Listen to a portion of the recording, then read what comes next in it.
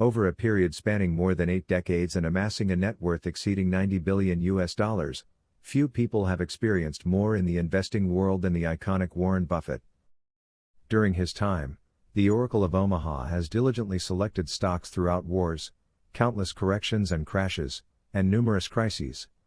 However, it is the time frame known as the Great Inflation in the 1970s, which draws an uncanny resemblance to the challenging environment investors are tasked with navigating right now. Fortunately, we have the benefit of reflecting upon how Buffett journeyed through a time of outlandishly high inflation and interest rates all those years ago. Perhaps some of the lessons can be applied at a time when the inflation rate is at 6.1% in Australia. So, how did Warren Buffett invest during a time not too dissimilar to now? Awake to the reality.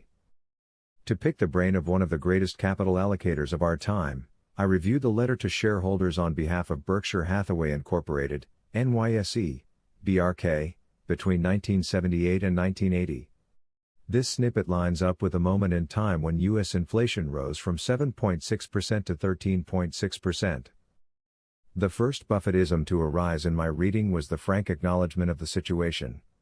In 1980, when inflation peaked, the Berkshire chair extensively detailed the devastating effect of high inflation on real returns, writing, "At present inflation rates, we believe individual owners in medium or high tax brackets, as distinguished from tax-free entities such as pension funds, eleemosynary institutions, etc., should expect no real long-term return from the average American corporation, even though these individuals reinvest the entire after-tax proceeds from all dividends they receive."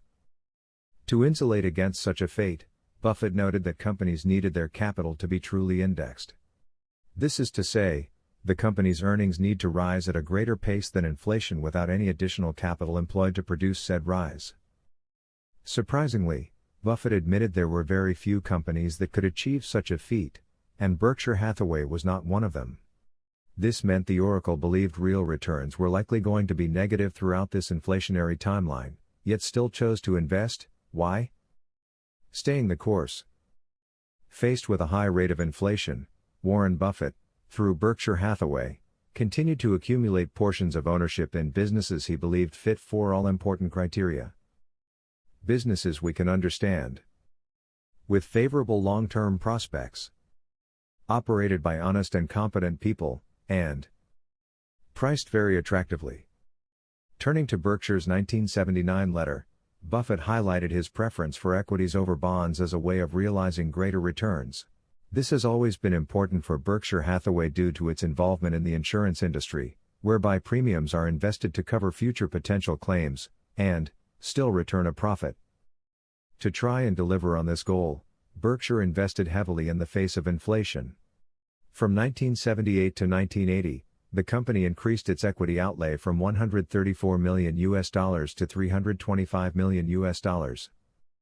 At the peak of U.S. inflation in 1980, Warren Buffett and his team had built sizable positions in relatively defensive companies, including Geico Corporation, insurance, market value of $105.3 million.